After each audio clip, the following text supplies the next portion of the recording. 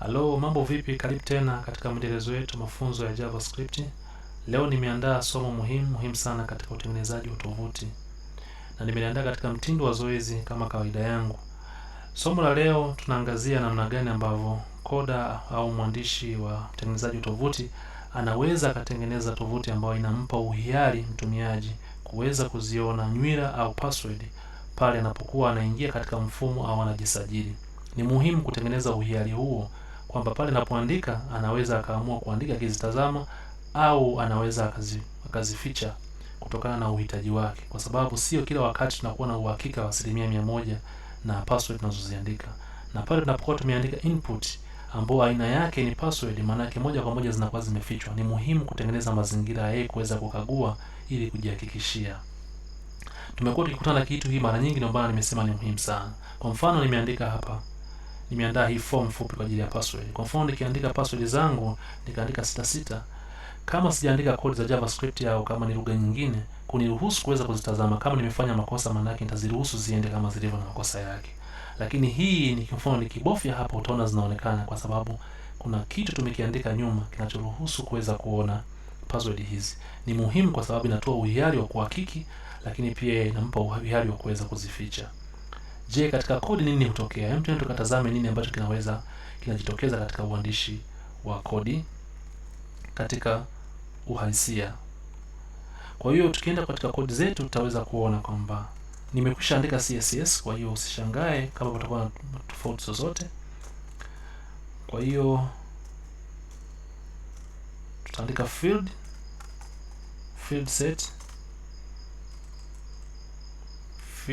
set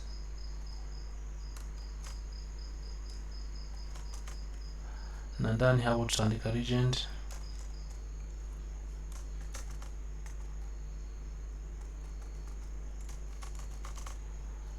hapo tutaipa password. Ndani tutaandika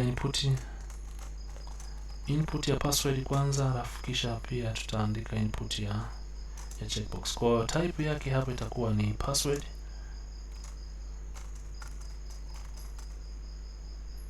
Tuipe ID na ipe pin, alafu hapa chini pia tuandike hiyo ya type ya hiyo input ambayo itakuwa ni input, ambayo type yake itakuwa ni checkbox.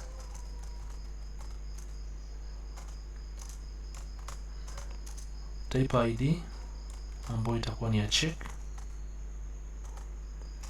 Tuipe event ambayo ni on click, kwamba pale tutakapo click basi kitu fulani kiweze kutokea. Tuiite ni check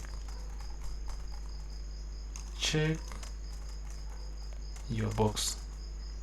Unaweza kuweka jina unalotaka wewe. Kisha tutakwenda tutaandika script yetu, tutagi kwa sababu ya JavaScript, na humu ndani tutakwenda kufanya, tutakwenda kuandika, tutaenda kuziita hizi taarifa. Lakini kabla ya kufanya hivyo tutaanza function yetu ambayo jina lake itakuwa ni hii, itakuwa ndo function yetu hiyo, na humu ndani tutakwenda kuziita. Ya kwanza tutaita hii input kwa ajili ya password, ambayo tutasema tuite pwd input. Ndani tutaandika document.get element by id.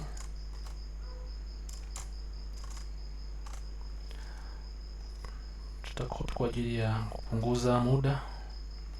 Humu ndani tutaweka pin. Ya kwanza itakuwa ni pin, na ya pili hii itakuwa ni kwa ajili ya hiyo checkbox ambayo tuite checking box, na kisha tutaita hiyo ambayo tumeita nini, tumeita check. Kwa hiyo tutaandika check. Hatua itakayofuata itakuwa ni ya kutazama condition. Tutasema if bracket, na hapo tutaweka hiyo curly bracket yetu. Ndani hapo tutakwenda kutazama kama hii itakuwa iko checked, nini kiweze kutokea. Tutatazama hapo mbele Kwa utasema hii hapa tutatumia object inaitwa checked kwa sababu ya checkbox, natumia kwenye checkbox. Kwa hapa tumeangalia kwamba hii checkbox endapo kama itakuwa iko checked, tutakachotakiwa ukifanya hapa ni kubadili type ya password hii ya input kutoka kuwa password kwenda kuwa text, kwa sababu tunajua input ambayo type yake ni text inaruhusu kuweza kuona kile kinachoandikwa ndani ya ile input. Kwa hiyo tutakachokifanya ni kwamba tutaichukua hii password input, sawa, kwamba kama hii check boxing itakuwa iko checked, basi tunaomba tutabadilisha type ya hiyo input ya hapa juu kama unavyoiona, tutaibadilisha na itakuwa text. Kwa mpaka sasa hivi zinaweza kuonekana, na baada ya hapo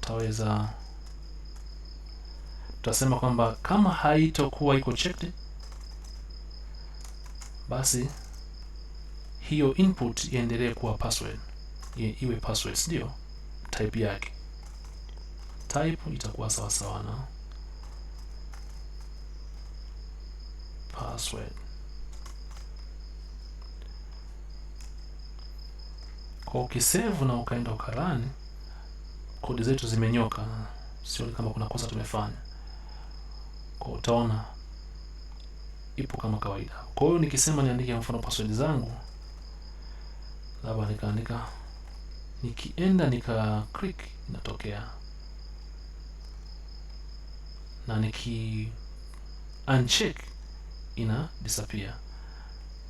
Ndio maana unasema kwamba hapa kama itakuwa iko checked, basi hii input hii hapa, input hii ambayo ukitazama ndio hii hapa kama unavyoona hapa, ambayo ni pin, tunasema kwamba kama hii checking box ambayo ndio hii check na ambayo ndio checkbox, kama itakuwa iko checked, basi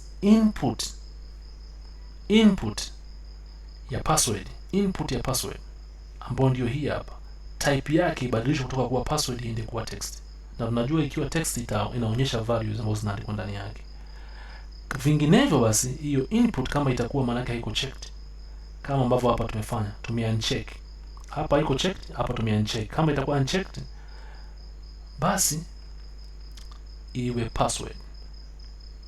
Kwa hiyo ilikuwa ni hilo tu ambalo nitagawani tuweze kujifunza, kwa sababu ni muhimu. Kila kwenye tovuti tunapokuwa tunaingia au tunajisajili, tunakutana na hizi input field katika password ambazo unajaza password zako zikiwa zinafichwa na vidot, na unaweza kupata fursa pia ya kuzitazama. Kwa hiyo kinachoandikwa nyuma yake ndicho hicho ambacho tumeweza kukiona. Sawa, ndicho hicho ambacho tumeweza kukiona. Kwa ukifanya hivi utakuwa umeweza kwenye mfumo wako au tovuti unayotengeneza, utaweza kutengeneza hicho ambacho kinatokea kwenye tovuti, kuweza kumruhusu mtumiaji kuwa na uhiari kuzitazama au kuzificha. Kwa hiyo hiki ndicho ambacho nilikuwa somo muhimu nikuandalia leo.